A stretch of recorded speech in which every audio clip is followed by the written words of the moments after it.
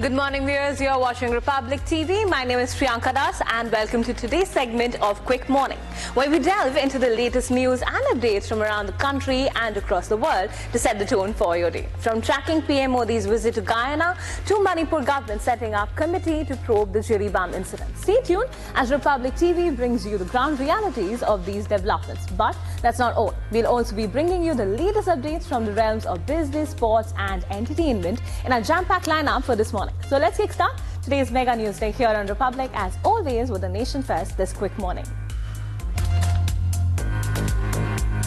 Indian Prime Minister Narendra Modi will visit Guyana this week, marking his first trip to the country since Indira Gandhi's visit in 1968. Scheduled from Tuesday to Thursday, Modi's visit will focus on signing energy and defense agreements between India and Guyana.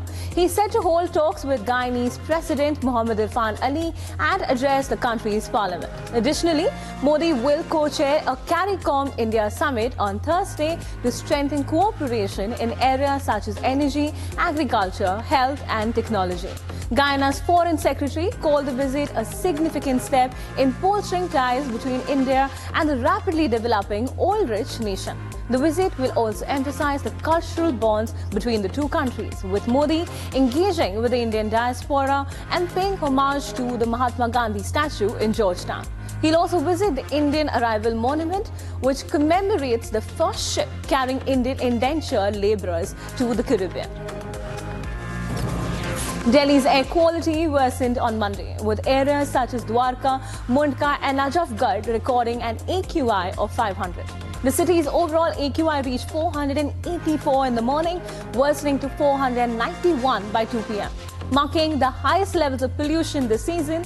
Dense smog blanketed the city, causing eye irritation and raising health concerns among residents. With AQI levels surpassing 450, the Commission for Air Quality Management implemented Stage 4 of the Graded Response Action Plan, enforcing stricter measures including a truck entry ban and suspension of public construction projects. Health experts warned of serious risk due to the hazardous pollution, recommending N95 masks even for healthy individuals. Meanwhile, Delhi's Chief Minister Atishi blamed the central government for not addressing stubble burning, a major contributor to the pollution. The Supreme Court also questioned the Delhi government over delays in enforcing anti-pollution measures, stressing that Stage 4 restrictions would remain in place until further notice. Air quality in Delhi is deteriorating day by day, and the AQI level has crossed more than 450 at majority of the places in Delhi. And the air pollution is started to affect the health of the individuals. Most of the patients which we are getting here in RML Pollution Clinic are suffering from chest pain, cough, and shortness of breath. The Indian government has decided to deploy an additional 50 CAPF companies, totaling over 5,000 personnel to Manipur due to the challenging security and law and order situation in the northeastern state. Of these, 35 units will be from the CRPF and the remaining units will come from the Border Security Force or the BSF. This move follows the Ministry of Home Affairs' decision on November 12th to send 20 additional CAPF companies, 15 from the CRPF and 5 from the BSF, after violence erupted in Jirebam district and spread to other areas. With this latest deployment, a total of 218 CAPF companies are now stationed in Manipur, which has been experiencing ethnic unrest since May of the previous year. Union Home Minister Amit Shah held a critical meeting on Monday to assess the security situation and devise a strategy to address the volatile conditions in his state. Since last year, ethnic violence between the Meitei community and the Kuki-Zo groups has led to over 220 deaths and left thousands displaced. The Manipur government announced on Monday that it has set up a 2-member inquiry committee to investigate the events leading to a shooting in Jirebam district, which resulted in 1 death and 1 injury.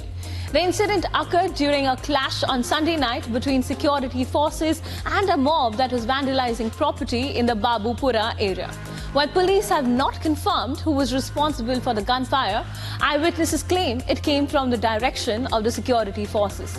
The committee has been tasked with submitting its findings within 30 days. One of the oldest aligned partner of the NDA, and we are continuing working with the NDA partners, both at the center as well as in the state. So for our party, we can say we have to work more seriously to bring solution whatever way.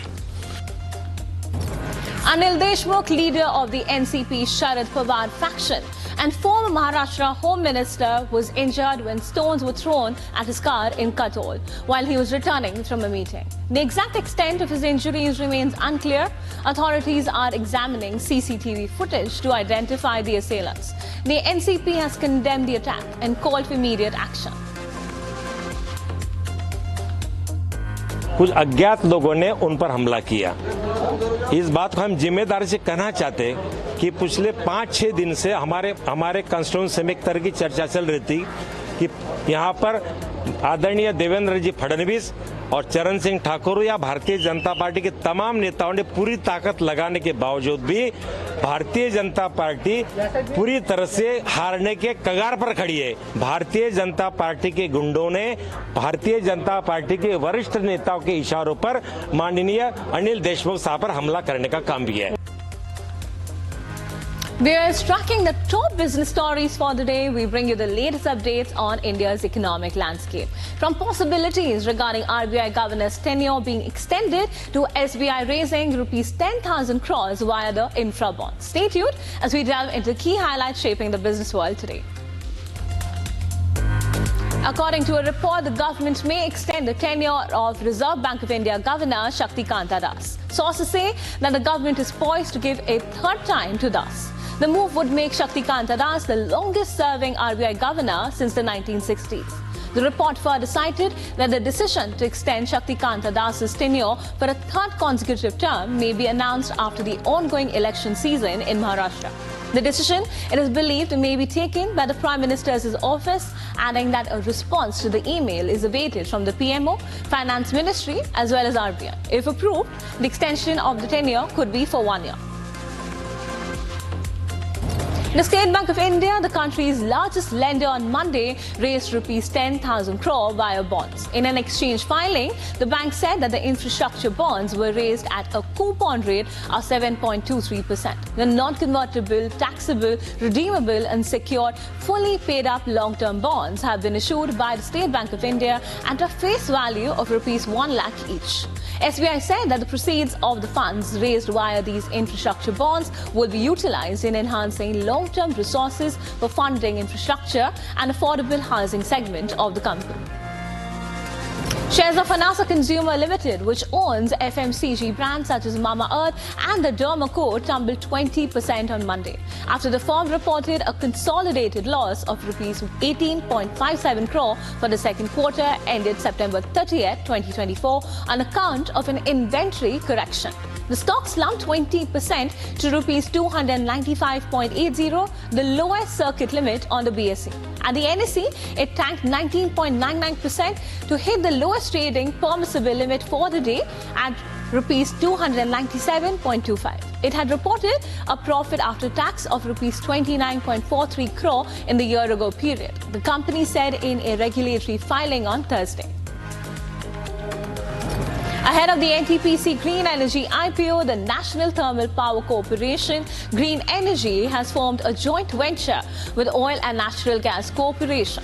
The joint venture, named ONGC NTPC Green Private Limited, will be engaged in the business of exploring and setting up renewable energy projects and assets both through greenfield development and acquisitions. ONGPL will also assess the feasibility and establishment of offshore wind projects, among other related activities.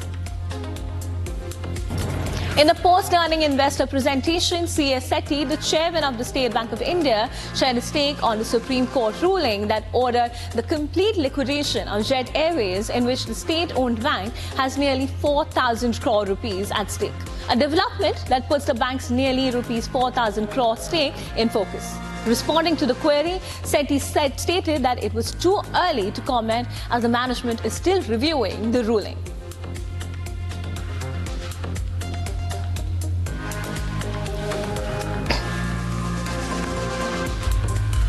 UK Prime Minister Keir Starmer met with Chinese President Xi. Now, we will be bringing you all the latest developments on the international front shortly, so stay tuned. Prime Minister Keir Starmer met with Chinese President Xi Jinping on Monday during the G20 summit in Brazil, marking the first such encounter between the Chinese and the British leaders since 2018. Starmer is aiming to mend ties with Beijing following years of tension over issues like human rights, Hong Kong, and allegations of Chinese influence in British politics. During the meeting, he emphasized the significance of a stable UK-China relationship for the benefit of both the nations and the broader global community. Starmer affirmed that the UK would remain a predictable, consistent, and sovereign actor committed to upholding the rule of law and supporting the multilateral system. In response, she conveyed similar sentiments, highlighting the shared responsibility of both the countries to foster international solidarity and cooperation, particularly in times of global uncertainty and transformation. Strong UK-China relationship is important for both of our countries and for the broader international community, and I will certainly pass your remarks on to His Majesty the King. We want our relations to be consistent, durable, respectful, as we have agreed. Avoid surprises where possible, and strengthen dialogue should provide stronger understanding. Climate activists gathered at the United Nations Climate Summit in Baku on Monday as negotiations resumed. With hopes of making progress on a deal after slow developments the previous week, talks focused on securing funding to address climate change mitigation and adaptation, with cautious optimism that negotiators and ministers could resolve lingering disagreements. The global public finance head at Oil Change International stressed the critical role US President Joe Biden could play in ensuring the deal's success, noting that his support would be crucial to prevent future reversals, particularly under a potential Trump administration. Vanderberg also pointed out that Biden's backing could help pressure other countries like South Korea, Turkey, and Japan to take strong action. While Biden has made significant strides on climate issues, Vanderberg argued that failing to secure this deal would be a significant setback, potentially leading to increased investment in fossil fuels and further emissions. There's a good chance they might come to an agreement. A lot of it depends on what the United States decides to do now as President Biden prepares to exit. This is really one of his last chances to cement his legacy. He's done a lot for climate, but if he leaves without solving this one thing, it would be a disaster. It's a disaster that could lead to hundreds of billions being spent on fossil fuels and lots more emissions. Recently appointed Haitian Prime Minister swore in his new cabinet on Saturday. Fils Aimé officially took office on Monday as interim Prime Minister, succeeding Gary Coney, who was removed by the Transitional Council tasked with restoring democratic order in the country. The Transitional Presidential Council, formed in April, was given the responsibility of selecting Haiti's new Prime Minister and cabinet, with the goal of addressing the ongoing instability. Fils Aimé emphasized that the government's mission was clear: to provide hope to the Haitian people by confronting the country's major challenges, particularly the widespread insecurity that must be combated with determination. Russia vetoed a UN Security Council resolution on Monday that called for an immediate halt to hostilities in Sudan, where a conflict between two rival generals has been ongoing since April 2023. The resolution, drafted by the UK and Sierra Leone, urged both sides to immediately cease hostilities and begin discussions for a national ceasefire. UK Foreign Secretary David Lammy condemned Russia's veto, describing it as a disgrace that highlighted Russia's true intentions. He criticized President Putin for waging war in Ukraine and for using mercenaries to fuel violence across Africa. Lammy accused Russia of pretending to be a partner of the Global South while contributing to further suffering in Sudan, where the conflict has caused widespread death, rape, and starvation. He asked Russia on how much more violence must occur before Russia takes action and called for Russia to be held accountable before the entire UN membership. Russian veto is a disgrace, and it shows to the world yet again Russia's true colours. Shame on Putin for waging a war of aggression in Ukraine. Shame on Putin for using his mercenaries to spread conflict and violence across the African continent. And shame on Putin for pretending to be a partner of the global south while condemning black Africans to further killing, further rape, further starvation in a brutal war. Slovakia's populist Prime Minister Robert Fico criticized US President Joe Biden's decision on Monday to permit Ukraine to use American-supplied longer-range missiles to target sites within Russia. Fico described the move as an unprecedented escalation that would only prolong the conflict. Known for his pro-Russian stance, Fico argued that the decision would effectively derail or delay any potential peace talks. The Kremlin also responded, warning that Biden's decision would escalate tensions and add fuel to the fire of the war. President Donald Trump's nominee for Defense Secretary, Pete Hegseth, has reignited a long-debated issue: whether women should be allowed to serve in combat roles. The former Fox News commentator has expressed in his book and interviews that he believes men and women should not serve together in frontline combat units. However, an army retiree reflecting on her own experience noted that while she never personally wanted to serve in an infantry role, she strongly believes that women who are competent and capable should be allowed to serve in combat positions. She emphasized that in modern conflicts such as those in Iraq and Afghanistan, there is no clear front line. Any area can become a combat zone at any time, as attacks like IEDs can happen anywhere. She highlighted that many women, including fellow veterans who have earned honors like the Purple Heart, have already proven their ability to serve in combat. I wanted to serve as far as like infantry. It's like, no, I want to do paperwork, personnel. But for those ladies that are competent and able to do so, they should definitely be able to do so. And I always say when I deployed to Iraq and then I spent 15 months in Kuwait that there is no front line. Like when people say, oh, women shouldn't serve in the combat zone, like, okay, an IED can happen at any time. So there is no front line in these wars. An Israeli government spokesperson stated on Monday that the country's military operation in Lebanon will continue while negotiations progress over a U.S. proposal aimed at securing a ceasefire with the Hezbollah. Spokesperson David Mencer emphasized that Israel would only agree to halt fighting once the threat from Hezbollah on its northern border was eliminated. The Biden administration is working to end the conflict between Israel and Hezbollah following months of unsuccessful ceasefire efforts. A government minister with close ties to Hezbollah indicated that Lebanon would share its positive position on the latest proposal later this week. Negotiations for a ceasefire in Lebanon, the United States and other countries are leading the negotiations to return quiet to the north. But we'll be very straight with you. The military campaign will continue until the immediate threat from Lebanon is removed. Coming up next, we have stories from the action-packed world of sports and entertainment. So sit back and we'll be right with you. All right, viewers, it's time to dive into the world of sports with our segment that's dedicated to all the action-packed highlights and exciting matchups. Today, we bring you the latest updates from the Border Gavaskar Trophy, where Virat Kohli becomes the fourth batter to score a century in a test match at Perth. Stay tuned as we unravel the story from the Border Gavaskar Trophy. Keep listening to all of us right here on our sports segment.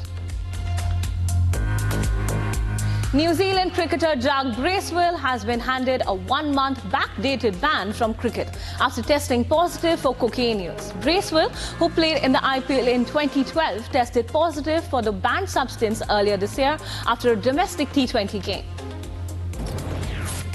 Australian batter Travis Head backed Virat Kohli to have his moments in the series as the Indian superstar continued to dominate talks in the run-up to the 5-test Border Gavaskar Trophy. Kohli's ordinary returns with the bat this year in Test cricket notwithstanding, the 36-year-old has been a cynosure of all eyes since the Indian team landed in Australia last week. Marcus Stoinis bludgeoned 61 not out of 27 balls as Australia swept Pakistan 3-0 in the 2020 series with a 7-wicket victory in the final game. The third match between Australia and Pakistan, Marcus Stoinis bludgeoned 61 not out of 27 in the series with a victory on Monday. The host had a 29-run win in a rain-shortened 7 overs a-side match in the first T20 in Brisbane before fast bowler Spencer Johnson then grabbed a career-best 5 to 26 to propel Australia to a 13-run win. Babar Azam shrugged off earlier disappointments in the series to sign off with a 41-run knock in the third T20 International against Australia. Played at the Belleville Oval in Hobart, he, the top scorer for Pakistan as they got bundled out with just 117 runs in the 19th over and in the process surpassed Virat Kohli in the list of most runs scored in the shortest format of the game. Pakistan Cricket Board Chief Mohsin Naqvi had said that he's yet to get a response from the ICC over BCCI's refusal to play the Champions Trophy in Pakistan. Earlier this month, the BCCI made it clear to the ICC that it won't send the national team to Pakistan and wants its games to be held in a third country. PCB has rejected the hybrid model and sought clarity from the ICC on why India doesn't want to travel to Pakistan. Royal Challengers Bengaluru announced the appointment of Omkar Salvi as the IPL franchise's bowling coach, a reward for guiding Mumbai to Ranji Trophy and Irani Trophy titles last season. A well-known name in the domestic circuit, Omkar has in the past worked as assistant coach with Kolkata Knight Riders. Virat Kohli has played 13 tests in Australia, scored over 1,300 runs and smashed 6 centuries. Kohli has rated his knock of 123 in Perth during the 2018-2019 Border Gavaskar Trophy as the greatest he's ever played in Australia. Only 4 Indian batters have scored a century in a test match at Perth, Waka and Optus Stadium, namely Sunil Gavaskar, Mohinder Amarnath, Sachin Tendulkar and Virat Kohli. All 4 innings coming in testing conditions.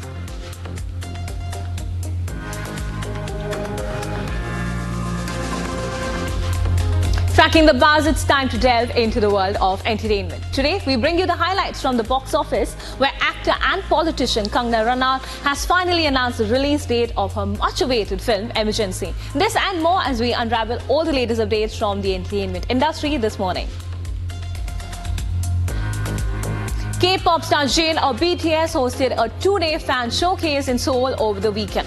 The event, Jin Happy Special Stage, celebrated the release of the singer's debut solo album, Happy, on November 16th and 17th. Jin performed every track from his new album, including the title song Running Wild. Wendy from Red Velvet made a surprise appearance on the second day, joining Jin for a duet of Heart on the Window.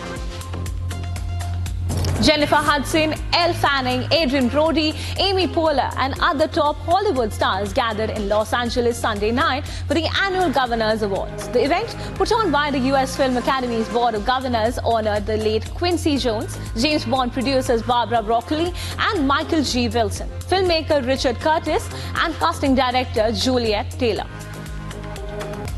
I've met him many times, and always a gentleman and always a creative force.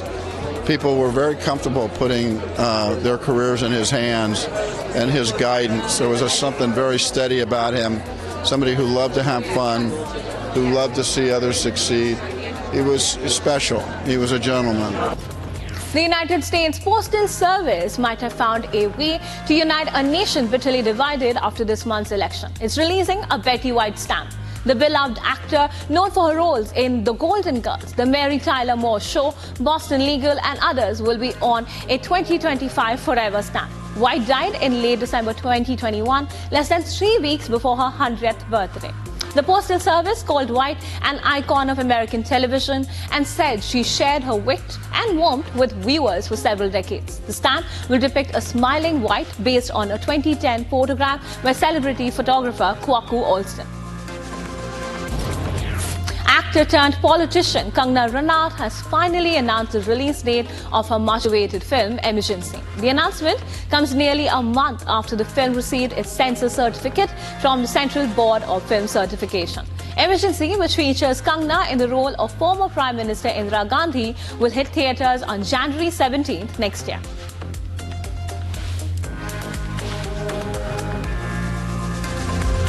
And that's a wrap on today's edition of Quick Morning. So don't go anywhere, viewers, as we'll be right back tracking the top headlines and biggest stories from across the globe only on Republic TV.